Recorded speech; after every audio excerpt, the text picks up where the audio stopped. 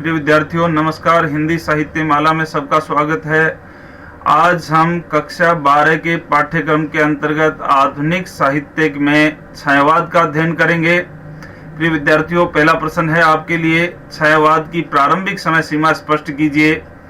छायावाद का प्रारंभ 1918 ईस्वी से माना जाता है। विद्यार्थियों, 1918 ईस्वी में जयशंकर प्रसाद का छायावादी काव्य संग्रह झरना का प्रकाशन हुआ और इसी समय 1918 में ही छायावाद के प्रमुख काव्य संग्रह पल्लव की कुछ कविताएं प्रकाशित हुई। वैसे पल्लव का प्रकाशन 1928 में हुआ था और अतः छायावाद का प्रारंभ 1918 ईस्वी से मानना उचित है। अगला प्रश्न है आपके लिए, छायावाद की अंतिम समय सीमा स्पष्ट कीजिए। प्रिय विद्यार्थियों, साहित्य जगत में 1936 में प्रगतिशील लेखक संघ की स्थापना हुई और प्रगतिशील लेखक संघ की स्थापना के होने के बाद से ही काव्य में प्रगतिवाद का आरंभ हुआ। लेकिन आपको ये जानना जरूरी है कि साहित्य जगत में कोई ऐसा दिनांक निश्चित नहीं है कि इस दिन से छायावाद और इस दिन के आगे की दिनांक प्रगतिवाद कहलाएगी। किसी काव्य धारा को परिवर्तन होने में कई वर्षों लग जाते हैं। अतः 1936 से 1939 तक का समय भारतीय इतिहास में कुछ नए मोड़ का सूचक है। इस समय पंत की युगांत प्रकाशित हुई और निराला की अनामिका प्रकाशित हुई और इन दोनों काव्य संग्रहों में कुछ ऐसी रचनाएं संकलित हैं जो छायावादी भावबोध का अतिक्रमण करके प्रगतिवाद का बोध कराती हैं। अतः इन बातों को ध्यान में रखते हुए हम कह सकते हैं कि छायावाद की अंतिम सीमा 1938 के आसपास मानना उचित है। अगला प्रश्न है विद्यार्थियों आपके पास में, छायावाद का सामान्य परिचय दीजिए अथवा छायावाद का अर्थ स्पष्ट करते हुए उसकी परिभाषा दीजिए या छायावाद पर संक्षिप्त टिप्पणी लिखिए। उत्तर इस प्रकार है, छाया का अर्थ है सूक्ष्म या अमूर्त, अर्थात जिसका कोई मूर्त या सगुण साकार रूप नहीं हो उसे सूक्ष्म या अमूर्त कहते हैं। विद्यार्थियों, इस युग के कवियों ने द्विवेदी युगीन इतिवृत्तात्मक वर्णन के विरुद्ध सूक्ष्म भावनाओं का वर्णन किया, इसलिए यह युग छायावाद कहलाया।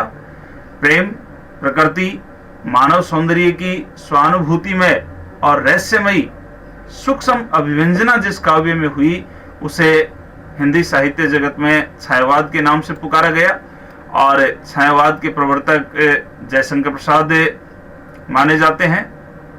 प्रिय विद्यार्थियों, अगला प्रश्न है, छायावाद के प्रमुख कवियों का परिचय दीजिए।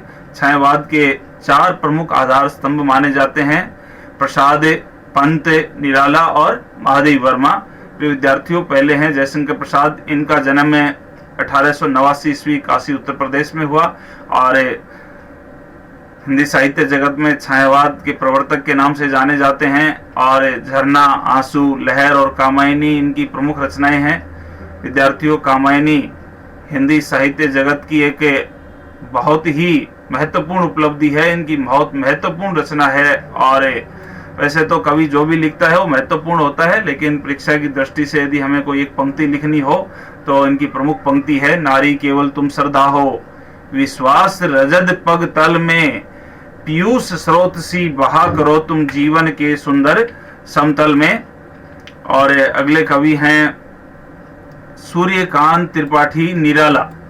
इनका जन्म 1896 ईस्वी गढ़ाकोला, जिला उन्नाव, उत्तर प्रदेश में हुआ और इनको साहित्य जगत में महाप्राण निराला, युगांतकारी विद्रोही कवि, ओज के कवि, मुक्तक छंद के प्रवर्तक आदि नामों से जाना जाता है और इनकी काव्य कृतियों में अनामिका, परिमल, गीतिका, नए पत्ते, पंचवटी प्रसंग, बेला और अर्चना मानी जाती हैं। और इनकी रचनाओं में यदि राम की शक्ति पूजा का नाम नहीं लिया जाए तो इनका रचना धर्म पूरा नहीं होता है। विद्यार्थियों, इनकी राम की शक्ति पूजा बहुत ही महत्वपूर्ण काव्य रचना है।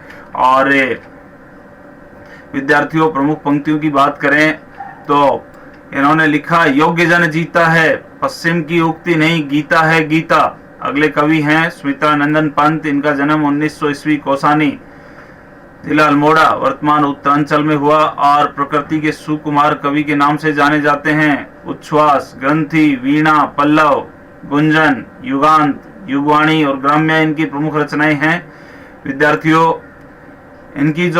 इनका काव्य संग्रह पल्लव है, उसको छायावाद का घोषणा पत्र के नाम से जाना जाता है, अर्थात छायावाद की बहुत ही महत्वपूर्ण रचना मानी जाती है पल्लव।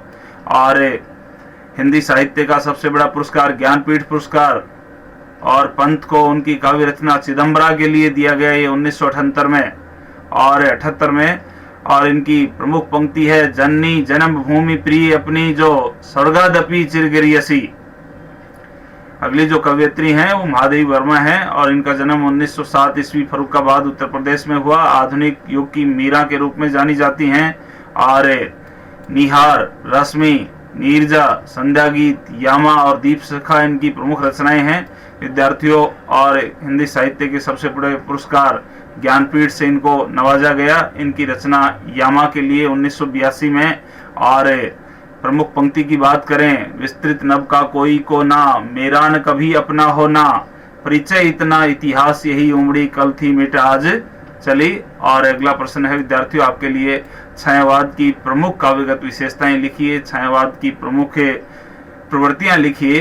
तो छायावाद की प्रमुख प्रवृत्तियां इस प्रकार हैं। विषय वस्तु की बात करें, इस युग के कवियों में राष्ट्रीयता और सांस्कृतिक चेतना की बहुलता है और इन्होंने स्वयं की भावनाओं को काव्य में उजागर किया, अतः आत्माभिव्यक्ति भी इनमें पाई जाती है। इन्होंने सड़ी गली मान्यताओं और रूढ़ियों से मुक्त होने का प्रसार किया, नारी के प्रति सम्मान की भावना जागृत की।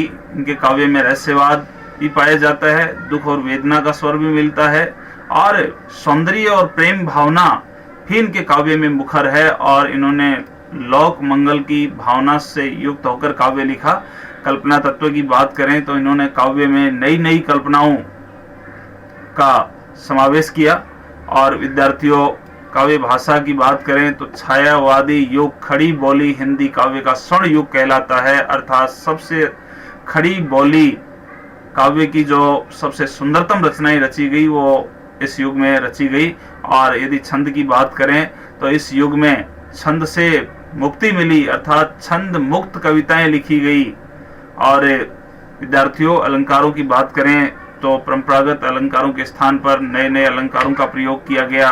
और शैली की बात करें तो चित्रात्मक और अभिव्यंजनात्मक आदि शैलियों का प्रयोग किया गया। और सभी प्रबंध और मुक्तक दोनों लिखे गए, लेकिन प्रधानता मुक्तक काव्य की रही। प्रकृति चित्रण में प्रकृति का उद्दीपन रूप में चित्रण हुआ और प्रकृति के सौंदर्य का जैसा अनुपम चित्रण छायावाद में देखने को मिलता है वैसा अन्यत्र दुर्लभ है। और प्रतीक व बिंबों की बात करें तो छायावादी काव्य में नए प्रतीक और बिंबों का विधान पाया जाता है। अतः विद्यार्थियों, मैं अपेक्षा करता हूं आप छायावाद के प्रमुख कवि, उसकी विशेषताएं, उसकी प्रारंभिक सीमा, अंतिम सीमा और उसके सामान्य परिचय के बारे में समझ पाए होंगे। और यदि इस वीडियो का पीडीएफ आप प्राप्त करना चाहते हैं तो टेलीग्राम ऐप पर SN हिंदी वर्ल्ड सर्च करके आप इसकी पीडीएफ डाउनलोड कर सकते हैं। जय हिंद, जय भारत।